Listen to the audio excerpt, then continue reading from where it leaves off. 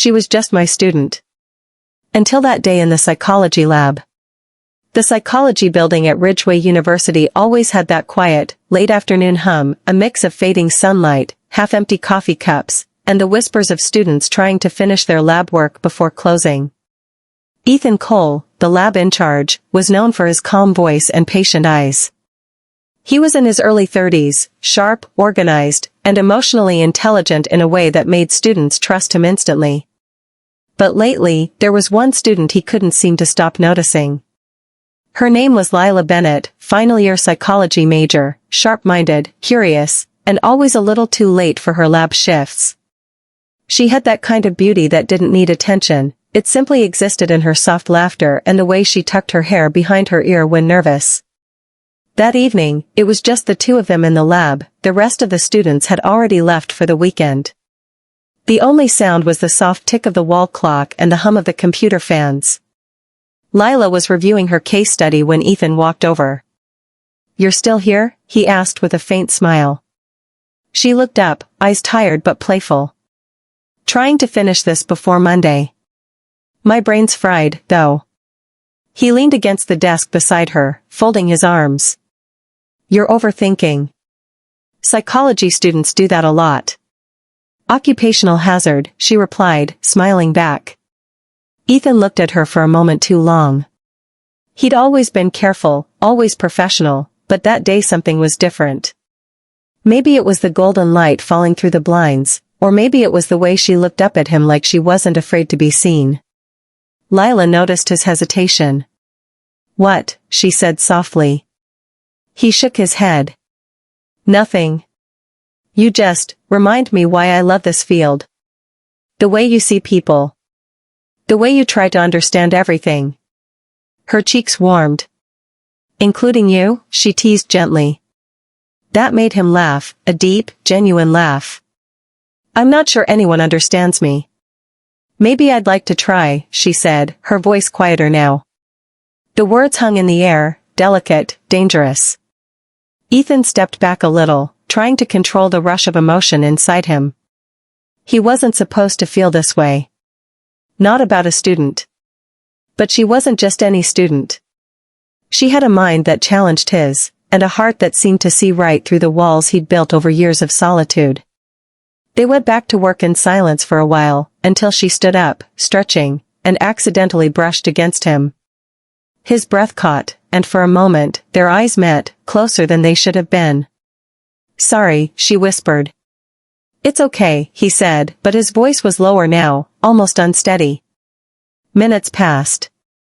Then she spoke again, softly. "Ethan, can I ask you something personal?" He nodded. "Have you ever felt something you knew you shouldn't, but you couldn't stop feeling it anyway?" That hit him harder than she knew. He turned to face her. "Every day," he admitted quietly. Lila's eyes softened. "So it's not just me then." There was no space left between them now. The silence was full, heavy with everything they weren't saying. Her notebook slipped from her hand, falling to the floor, breaking the tension only for a second. Ethan hesitated, then reached out, brushing a strand of hair from her face. His touch was careful, trembling. "Lila, this isn't right," he said, though his eyes betrayed him. "I know," she whispered, "but it feels like it is." He closed his eyes for a moment, and when he opened them, she was still there, looking at him with that mix of fear and certainty. He leaned in, slow, unsure, and their lips met in a soft, searching kiss. It wasn't rushed or forbidden, it was something honest, something that had been waiting quietly between them for weeks. When they pulled apart, she looked up, breathless. "I didn't plan that." He smiled faintly. "Neither did I." They both knew that moment would change everything. Over the next few weeks, things became complicated. They kept their distance in class, avoiding eye contact, keeping conversations strictly academic. But outside those walls, in quiet coffee shops, in long walks around campus, they found themselves drawn together again and again. Ethan tried to convince himself it was wrong. He had a career to protect, she had a future to build. But every time she laughed, or shared her thoughts about human behavior, he felt that spark again, that feeling that she understood him better than anyone ever had. One evening, they met at the psychology building's rooftop. The city lights stretched below them, and autumn wind brushed past their faces. Lila looked out over the skyline. "Do you ever wonder what people would say if they knew?" Ethan nodded. "They'd probably say we crossed a line." "And would they be wrong?" she asked softly. He looked at her, then shook his head. "Maybe not. But sometimes, lines are meant to be redrawn." She turned to him, eyes glistening in the moonlight. "I don't want to hide how I feel." "Neither do I," he whispered. He reached for her hand, and she didn't pull away. Instead, she leaned closer, resting her head on his shoulder as they stood in silence, two people caught between what was right and what was real. Months passed. Lila finished her thesis, and Ethan was one of the supervisors reviewing it. It was brilliant, nuanced, empathetic, deeply human, just like her. When she came to collect her evaluation, she found him waiting in the same lab where everything had started.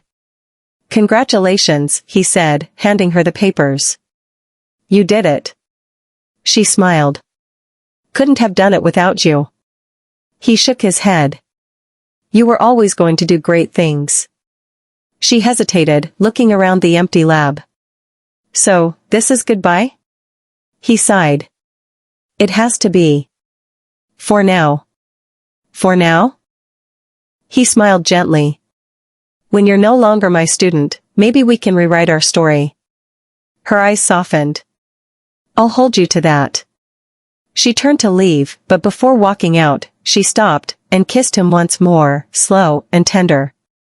"For memory," she said. A year later, London, spring. Ethan had transferred to a new research institute. He was walking through a psychology conference hall when he heard a familiar laugh. He turned, and there she was. Lila, confident, radiant, wearing her conference badge that read Dr. Lila Bennett. Their eyes met across the crowd. She smiled. "You said for now, remember?" He felt his heart race the same way it had that first day. "I did." She walked up to him.